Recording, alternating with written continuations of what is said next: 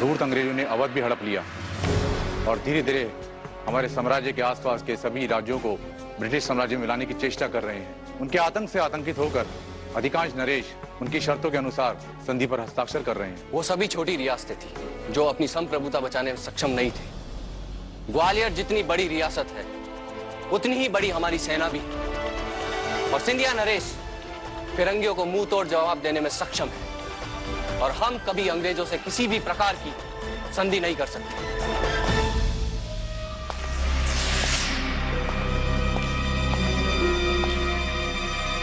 महाराज, मैं आपके निर्णय का स्वागत करता हूं।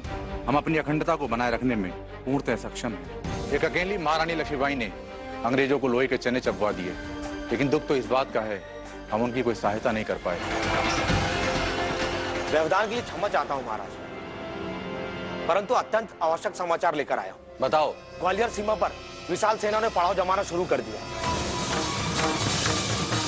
ऐसा दुस्साहस कौन कर सकता है? महारानी लक्ष्मीबाई के साथ राव साहब और तात्या टोपे विशाल सेना लेकर आए हुए हैं। महारानी लक्ष्मीबाई जीवित है? महाराज, एक क्षण के लिए तो मैं भी अचंभित रह गया था। धन्य हो ईश्वर, हमें अभी इसी समय उनसे मिलना चाहिए। क्षमा करें महाराज, वो सेना लेकर आए हुए हैं। तोप, बंदूकें, तलवारें सभी हैं उनके पास। हाँ महाराज, अगर राघव सत्य कह रहा है और आपका वहां जाना उचित नहीं है, और यह भी तो हो सकता है कि महारानी लक्ष्मीबाई ग्वालियर पर आक्रमण के इरादे से आई हूं। नहीं, वो भला ग्वालियर पर क्यों आक्रमण करेगी? हजारों सशस्त्र सैनिक बाहर पड़ाव डालेंगे। राधे का शंका निराधार नहीं हो सकता महाराज। हमें तो हमले की आभास हो रहा है। हो सकता है वो हमसे सहायता चाहती हूँ। क्षमा कीजिएगा राज बहादुर जी, ग्वालियर नरेश जियाजीराव सिंधिया जी इतने बड़े राज्य के राजा हैं और राज मर्यादा यही कहती है कि बिना आमंत्रण के उन्हें किसी से भी नहीं मिलना चाहिए। यदि मैं एक बार आपकी बात पर विश्वास कर भी लूं कि महारानी लक्ष्मीबाई अपनी सहायता के लिए छावनी डाली है, फिर भी उन्हें सर्वप्रथम संदेश तो देना चाहिए था ना। आप दोनों की बातें अपनी जगह उचित है। हमें महारानी लक्ष्मीबाई के संदेश की प्रतीक्षा करनी चाहिए। अवश्य महाराज, यही एक नरेश के मर्यादा के अनुरूप है।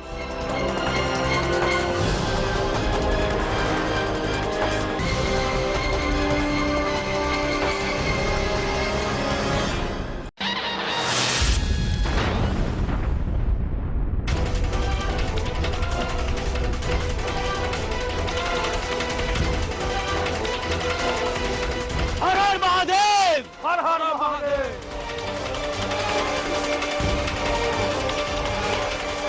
ये तो तोप के गरजने की आवाज है। जी महाराज, महारानी लक्ष्मीबाई ने ग्वालियर पर आक्रमण का बिगुल बजा दिया है। अब हमें अपनी सेना को युद्ध के लिए तैयार होने की आदेश देना चाहिए। क्षमा कीजिए महाराज, आप लक्ष्मीबाई के बारे में अच्छी तरह जानते हैं। वो ऐसा नहीं कर सकती। हमें मिलकर उनसे बातचीत करनी चाहिए। कहीं ना कहीं कोई भ्रम की स्थिति है। राज बहादुर, बाहर तोप दागे जा रहे हैं और आप भ्रम की स्थिति में हैं। पूरी बात आईने की तरह स्पष्ट है। युद्ध ही एकमात्र विकल्प है। महाराज, युद्ध की घोषणा कीजिए। क्षमा कीजिए महाराज, ऐसा करना बहुत जल्दबाजी होगी। मैं उनसे एक बार बातचीत करना चाहता हूँ। युद्ध को टालने के लिए हमें एक बार मिलना जरूरी है। ठीक है, हम तुम्हें कल सुबह तक का समय देते हैं, अन्यथा हम युद्ध के लिए तैयार हैं।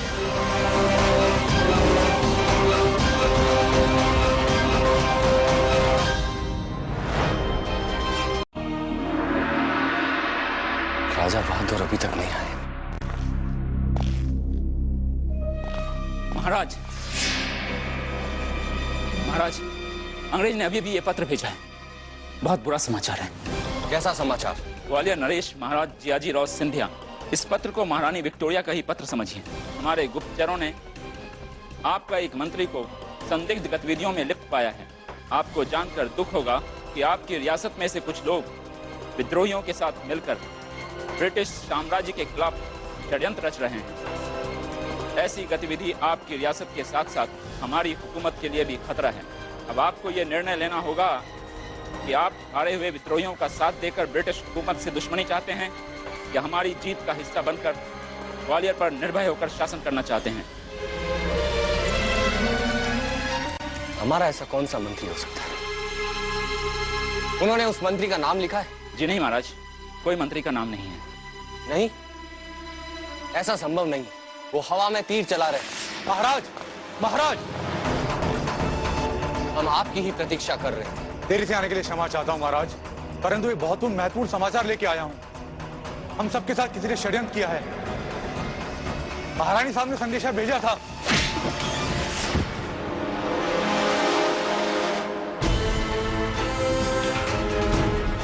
क्षमा कीजिएगा राजा बहादुर।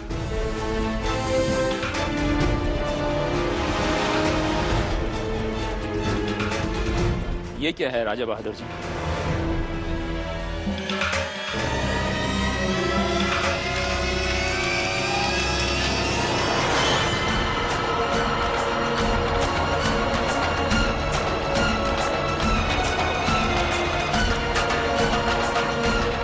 ऐसा क्या लिखा जिसे देखकर आप इतने आश्चर्यचकित हो गए? महाराज, महाराज, ये हमारी सेना की व्यूह रचना और युद्ध रणनीति का मानचित्र है।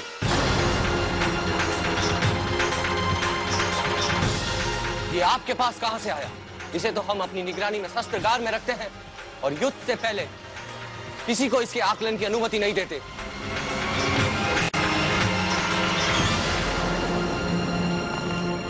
महाराज, महाराज, भगवान की सौगंध, मुझे नहीं मालूम ये मेरे पास कहां से आया। जरा सोचिए महाराज, जब आपने युद्ध की घोषणा की थी तो हमारे सेनापति ने ही सख्ती से उसका विरोध किया था और स्वयं सीमा पर खड़े सेना से मिलने के लिए चले गए थे और साथ में ले गए थे हमारी सेना की व्यूह रचना और युद्ध रणनीति की मानचित्र। महाराज, क्या इससे यह सिद्ध नहीं हो जाता कि हमारे सेनापति राजा बहादुर जी ग्वालियर का हित नहीं चाहते? महाराज, ये आपके साथ बहुत बड़ा, ये आपके खिलाफ बहुत बड़ा षड्यंत्र है महाराज। षड्यंत्र? षड्यंत्र तो तुम कर रहे थे राज बहादुर। महाराज, आपने देखा नहीं महारानी लक्ष्मीबाई के साथ तात्या टोपे और बाजीराव शाह का दत्तक पुत्र राव साहब भी हैं, जिनकी नीयत पे कभी भरोसा नहीं किया जा सकता। क्या पता दोस्ती का हाथ बढ़ाकर पीठ पर चूड़ा घोंपकर ग्वालियर पर अपना आधिपत्य जमा ले। महाराज, वैसे भी पेशवाओं की निगाह हमेशा से हमारे राज्य पे रही है। बिठूर और झांसी जाने के बाद इस राज्य को भी हासिल करने का इरादा लेकर ये लोग यहाँ आए थे और उस योजना में उनका साथ दे रहे थे ये हमारे गद्दार सेनापति राजा बहादुर।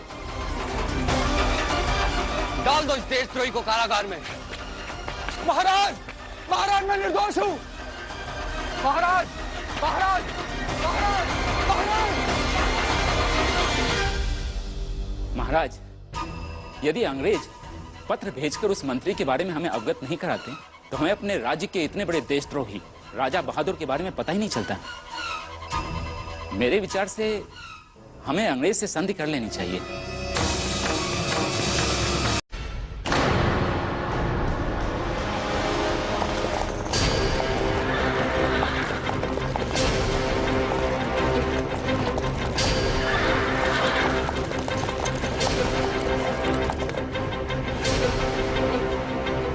देखिए महारानी साहब,